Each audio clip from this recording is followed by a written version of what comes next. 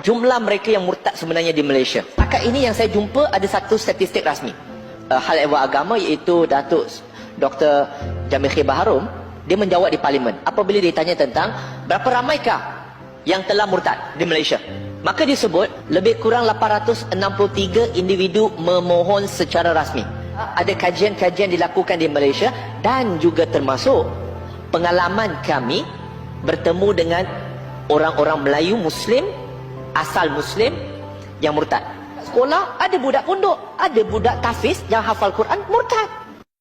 Pemurtatan merajalela, terutama di suku Aceh, Padang, Sunda, Betawi, dan Arab.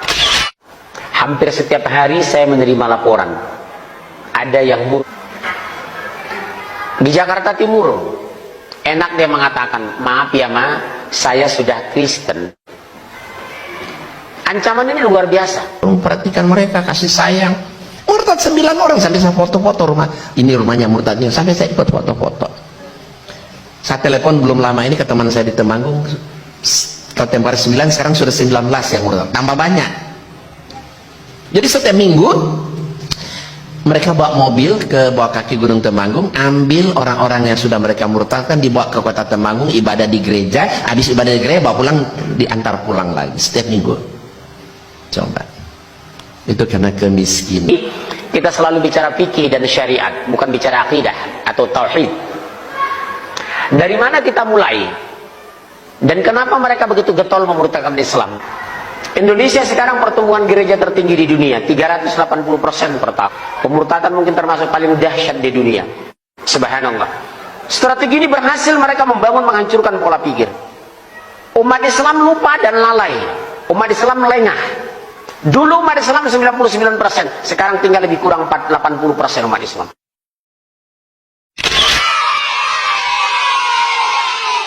Hampir 20%. Pertumbuhan gereja kita tertinggi di dunia, 380%.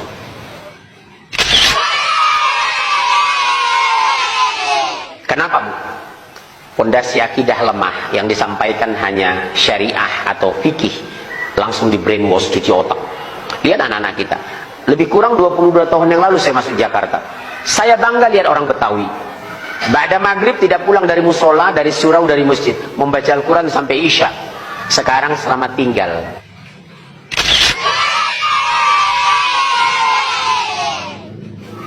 Dulu saya bangga. Ini Anda lihat di gambar sebelah sana, itu dia membuat gereja di tengah sawah. Sekarang sudah, nah itu daerah Kelapa Gading, sekarang sudah dipenuhi dengan bangunan. Coba lihat bagaimana mereka merancang dari awal. Ya. Jadi di sini juga Belanda kan dari dulu sudah mengambil tempat-tempat strategis itu, seperti di katedral sana di Karebosi, ya, di Raja Wali dan seterusnya. Itu sudah strategis mereka rancang. Stella Maris, ya.